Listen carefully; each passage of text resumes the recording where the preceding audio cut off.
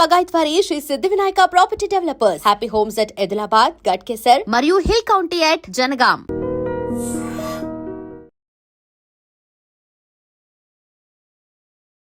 Welcome to I dream. నేను ఉదయశ్రీ. సమంత, రాజ్ నిడిమూరు ఇద్దరు ఒక్కటయ్యారు. Isha foundation లో వాళ్ళిద్దరు వివాహం చేసుకోవడం జరిగింది. భూతశుద్ధి వివాహం ఇది ఈషా ఫౌండేషన్లో జరిగింది. అయితే వీరి వివాహం తర్వాత రాజ్ నిడిమూరు భార్య శ్యామలాదేవి ఒక ట్వీట్ చేశారు ట్విట్టర్లో.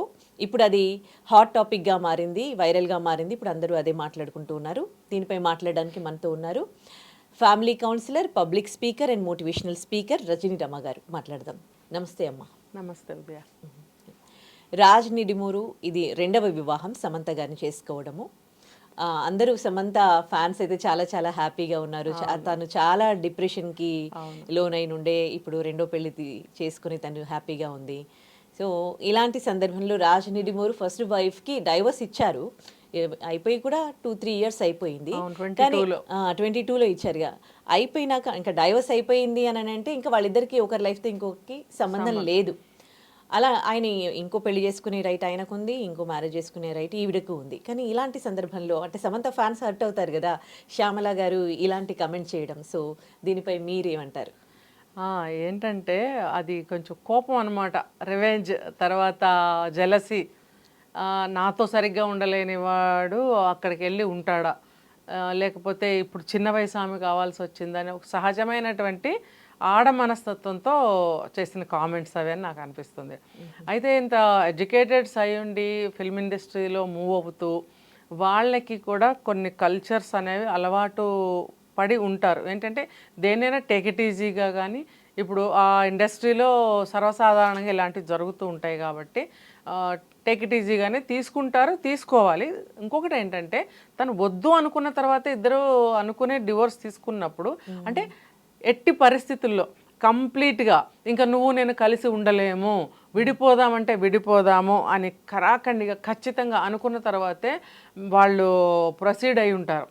అండర్స్టాండింగ్తో అయ్యే ఉంటాయి. చిన్నపిల్లలు ఏం కాదు, ఇంత 50 years ఏజ్ వచ్చిన తర్వాత తీసుకున్న నిర్ణయమే. మరి అలాంటప్పుడు ఆ మైండ్ అనేది కంట్రోల్లో తను ఉండాలి.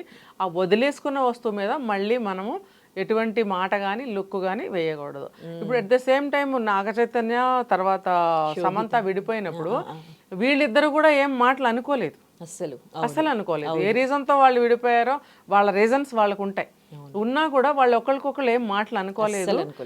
నాకు సమంత కంటే కూడా అప్పుడు కొంచెం నెగిటివ్గా వచ్చినాయి న్యూస్లు. ఈవిడే వెళ్ళిపోయింది, ఏదో మూవీలో ఏదో యాక్ట్ చేస్తే నాగ చైతన్యకి నచ్చక వదిలే ఏదో వచ్చేసాయి. అవన్నీ ఎంతవరకు కరెక్ట్ రాంగ్ అనేది మనకు తెలియదు. కానీ నాగ చైతన్య మాత్రం ఎక్కడ ఒక కామెంట్ చేసినట్టు నాకైతే గుర్తులేదు, అస్సలు చేయలేదు. అదే నేను అనుకున్నా, ఎంతసేపు సమంత సైడ్ ఇలా అంటున్నారు, నాగ చైతన్య ఎస్ అని ఎక్కడ అనలేదు అని ఇంట్లో మేము కూడా డిస్కస్ చేసుకున్నాం. అలాంటప్పుడు అంటే వీళ్ళు ఇంకా యంగ్లో ఉన్నారు. యంగ్లో ఉన్నప్పుడు ఇంకా అన్ని భావాలు ఉధృతంగా ఉంటాయి. కరెక్ట్. మరి వాళ్ళు ఒక ఏజ్కి వచ్చినప్పుడు ఒక అండర్స్టాండింగ్తో విడిపోయిన తర్వాత మళ్ళీ సపరేట్ ఇండివిజువల్ లైఫ్ వచ్చేసిన తర్వాత వాళ్ళ మీద కామెంట్స్ చేసే రైట్స్ ఎవరికి ఉండవు. అప్పుడు నీ ఇష్టం, ఇప్పుడు ఇతనితో కానీ ఈమెతో కానీ నీకు కుదరినప్పుడు నా ఇష్టంగా నేను బ్రతుకుతాను అని విడిపోయినప్పుడు, నా ఇష్టంగా నేను బ్రతుకుతున్నప్పుడు మళ్ళీ నువ్వు వచ్చి ఇంకో కామెంట్ అవసరం లేదు.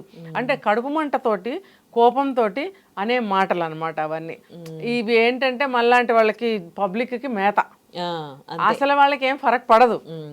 ఇక్కడ సమంత ఫ్యాన్స్ బాగా నచ్చుకుంటారు. డెస్పరేట్ పీపుల్ అంటే ఆవిడ ఆల్రెడీ చాలా సఫర్ అయిపోయింది, ఏది ఇప్పుడు హ్యాపీగా ఉంటుంది అంటే ఏంటి కామెంట్స్ అని. ఒక టైంలో చాలా నేను కూడా బాధపడ్డా సమంత గురించి. తను లోన్లీ అయిపోయింది. చాలా హాస్పిటల్ నుంచి కూడా కొన్ని మెసేజెస్ తను పెట్టింది. లోన్లీగా ఉన్నాను, హౌ టు క్రాస్ అట్లాంటివి పెట్టింది తను కూడా. మరి ట్రీట్మెంట్ తీసుకునేటప్పుడు చాలా ఇబ్బందులు పడింది తను. తనకి ఒక అనారోగ్యం చేసినప్పుడు హెల్ప్ కానీ నా అనేవాళ్ళు కానీ ఎవరు దగ్గర లేరు. ఒక డిప్రెషన్కి వెళ్ళిపోవడం, ఒక వైరాగ్యంలోకి వెళ్ళిపోవడము. కానీ తను మళ్ళీ రికవర్ అయ్యి బయటకు రావటం అనేది నాకైతే చాలా వండర్ అనిపించింది. అది చాలా కష్టతరమైనటువంటి డిసీజ్ ఏదో విన్నాను నేను. అవును. అయితే మరి కోలుకొని బయటకి రావటం అనేది గాడ్ గిఫ్ట్ అని చెప్పుకోవాలి. మళ్ళీ తను కోలుకొని మళ్ళీ మూవీస్లో యాక్ట్ చేయడము, మేబీ రాజ్ అనే అతను తీసినటువంటి ఒక దాంట్లో తను యాక్ట్ చేసింది. సో అట్లా వీళ్ళకి పరిచయం అయ్యింది అనుకుంటాను.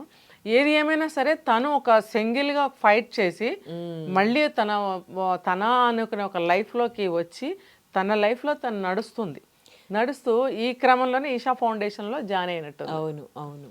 కానీ ఎంత బాధ అనిపిస్తుంది కదండి, సమంత గారిని అభిమానించి, అంటే ప్రపంచవ్యాప్తంగా ఆమెకు అభిమానులు ఉన్నారు. ఇంకా ఇండియాలో అయితే ఇంకా చెప్పొద్దు ఆమెను ఎంత అభిమానిస్తారు. ఆమెను అభిమానిస్తూ వేరే వాళ్ళ మీద నెగిటివ్ కూడా పెడుతూ ఉంటారు ఆ అభిమానంతో. సో అలాంటి ఆవిడ అంటే ఎంత కింది స్థాయి నుంచి కష్టపడి పైకి వచ్చి ఇవాళ హీరోయిన్ గా ప్రూవ్ చేసుకొని, అంత హెల్త్ ఇష్యూ వచ్చినా కానీ మళ్ళీ దాన్ని ఓవర్కమ్ చేసి ఇప్పుడు ఒక హ్యాపీ లైఫ్ లోకి ఆమె లీడ్ చేస్తుంది. ఆమె ఇన్స్పిరేషనల్ పర్సన్ అందరికీ కూడా. అంటే ఇంత అభిమానించే వాళ్ళు కూడా once upon a time they feel lonely అని అంటే, so how do you see this kind of things? కొన్ని సమయాల్లో అన్నీ ఉన్నప్పుడు సామెత చెప్తారు, బెల్లం ఉన్నప్పుడే ఈగలు చుట్టూ మూగుతాయని. అలాగే మనిషి అన్ని విధాలా బాగున్నప్పుడే, ఒక ఫేమ్లో ఉన్నప్పుడే చుట్టూ తిరుగుతారు జనం. ఆమెకి ఏమీ లేదు, ఒక సిక్ అయింది, లేకపోతే మనీ లేదా, లేకపోతే మనుషులు లేరా, ఆమెకు ఏ రకంగా చూసినా ఎవరు హెల్ప్ లేరా అన్నప్పుడు ఎవరికి వాళ్ళు వెనకంజే వేస్తారు. మానవ నైజం అది. ఇది ఎవరు దేవుళ్ళు కాదు ఇక్కడ, ఇది ఆ యుగం కానే కాదు. అమ్మో మనకెందుకులే, ఇప్పుడు ఏం ముట్టుకుంటే ఏం అంటుకోవాల్సి వస్తుందో, ఏం అంటుకుంటుందో, ఇలా అనుకుని అందరూ దూరంగా ఉండేవాళ్ళే. ఫిల్మ్ ఇండస్ట్రీలో మరి ఎంతమంది ముందుకు వచ్చి ఆమెకి ఏ విధమైనటువంటి సహాయం చేశారనేది నాకు కరెక్ట్గా ఇన్ఫర్మేషన్ తెలీదు, నేను ఎక్కువగా ఫాలో అవ్వలేదు. ఏమైనా సరే ఆమె ఒక డిప్రెషన్కి వెళ్ళినట్టు, ఒక లోన్లీనెస్ ఫీల్ అయినట్టు, హాస్పిటల్ బెడ్ మీద ఉన్నప్పుడు తను ఫీల్ అయిన ఫీలింగ్స్ అయితే నేను చూశాను. చాలా అంటే చాలా డల్ అయిపోయింది తను, చాలా బాధపడింది. వాట్ ఎవర్ ఇట్, తను అందులో నుంచి బయటకు వచ్చింది, మళ్ళీ తను ఒక పునర్జన్మలాగా ఒక లైఫ్ లీడ్ చేస్తుంది.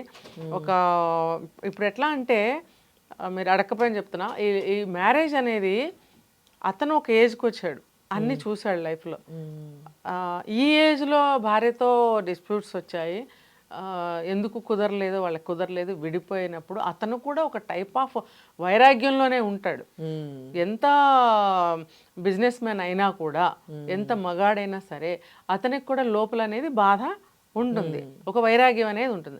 అట్లానే సమంత కూడా ఒక డిప్రెషన్లోకి వెళ్ళి అనారోగ్యం పాలయ్యి ఎవరు లేని ఒంటరితనాన్ని అనుభవించి తను ఒకలాంటి వైరాగ్యానికి వచ్చిన మనిషే.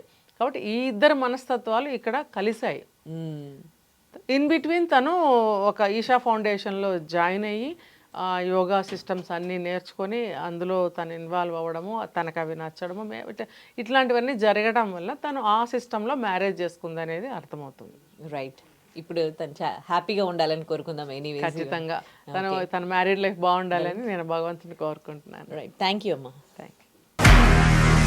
నిజంగా ప్రస్తుతం ఉన్నటువంటి సమాజం దేనికి ప్రయారిటీ ఇస్తుంది? ఆర్థిక సంబంధాల చుట్టూ మాత్రమే తిరుగుతోంది. మళ్ళీ మళ్ళీ ఎన్నికలంగానే చాలా విరక్తి కలుగుతున్నాం. మంచి అనిపిస్తుంది కదా, లేడీస్ కూడా ఛాలెంజింగ్ జాబ్స్ చేసినప్పుడు చాలా బాగుంటది. ఫుడ్ డెలివరీ ఇవ్వటానికి వెళ్ళినటువంటి డెలివరీ బాయ్ అనిల్ పై కళ్ళ ముందు